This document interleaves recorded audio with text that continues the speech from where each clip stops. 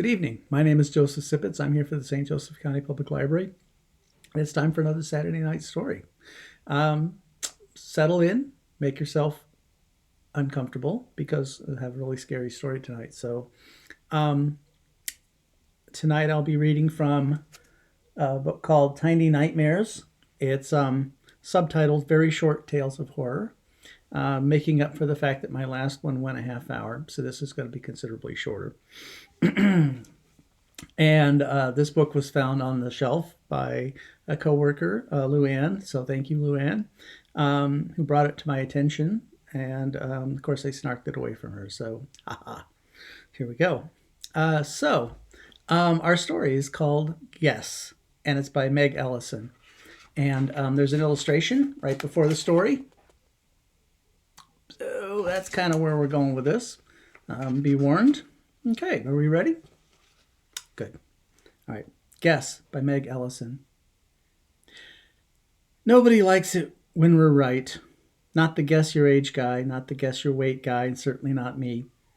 The age guy, well, he's never right, because people are more likely to play along if he guesses they're 10 years younger than they are.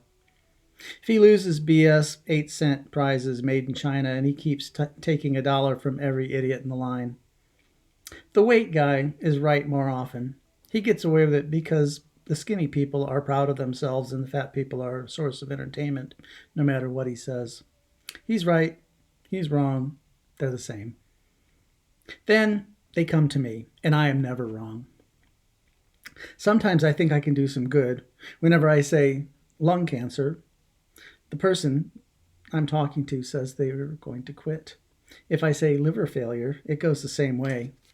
The one guy, I said it would be a plane crash, and he said he'd never fly again.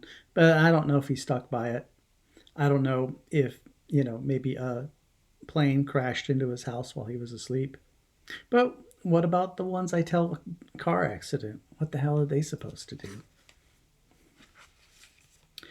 When Dad did it, he told people to try to take comfort in heart failure, in knowing how it will come. It's one thing in life you can count on, he'd say, and now you'll know its name when it shows up. Isn't that the definition of comfort? Familiarity? Dad didn't do it at a carnival. Dad had a real job. He'd do it for friends and family. He'd do it a year before it happened, or 20. He was right about everybody, including himself, pancreatic cancer.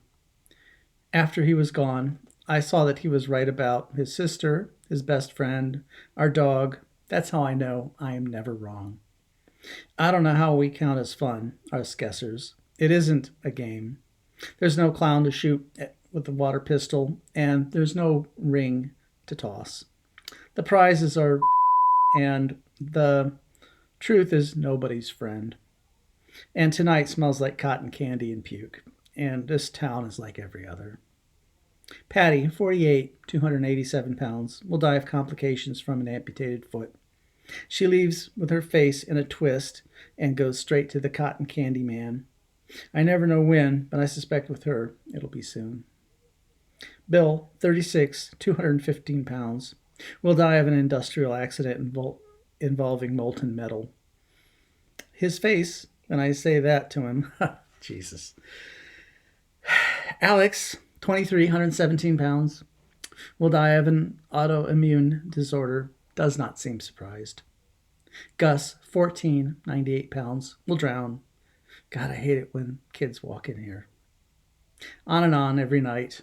Their dazed faces are blurring into one, except the carnival is heading south as the summer ends. We're chasing the heat and barreling toward our stopping point in Galveston. I'm working a cruise ship when we get there. The age guy changed his accent to sound southern as soon as we hit the Mason-Dixon line. The weight guy is gearing up for southern women who don't ever want to play at all, and most certainly don't want to hear the truth when they're made to. And I can't do accents and I can't lie. So the last few weeks on the road have been really weird for me. Ever since Tulsa, I'm stuck. Shirley, 56, 186 pounds, will die of thirst. Caden, 21, 125 pounds, will die of thirst. Evan, 28, 146 pounds, will die of thirst. My line dries up right away. They think I'm being, but I can feel the sweat collecting in the small of my back and rolling down. The night is way too warm. My mouth feels sticky like cotton candy. Oklahoma City, and it's midnight and still over 90 degrees. Lorna, 39, 159 pounds, thirst. Jake, 47, 180 pounds, thirst.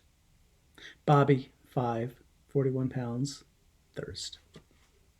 The crowd is drunker and thinks I'm joking. They drink more and suggest I drink more. I'm beginning to think we should all drink all there is while we still can. Galveston is where I figure it out. I haven't kept up with the news while we've been on the road, and when I get it, it's almost too hysterical to figure out.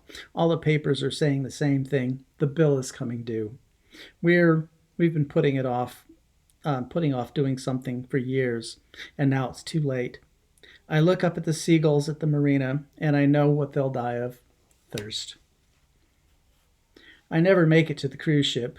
Some asshole sees me doing my act on our last stop and finds me. Tells me he's too smart to die of thirst, and he's right. He says he knows what I am.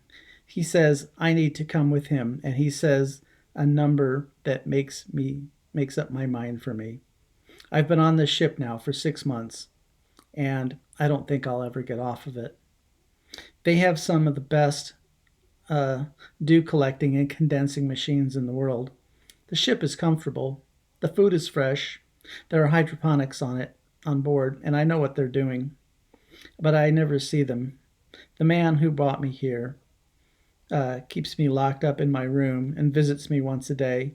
He won't let anyone else in here. He says I'm his surety against the inevitable end. Knowing might well be a comfort, but it isn't a surety. And there still might be time to change this. But I know what I know, and I know everyone on this ship will die of a gunshot wound soon. The man who brought me here, his name is Chris. He's about 45, and I'd say buck 30 soaking wet. And he's going to die after drinking a poison that is neither as painless or as quick as he was told it would be. I am never wrong. Good night.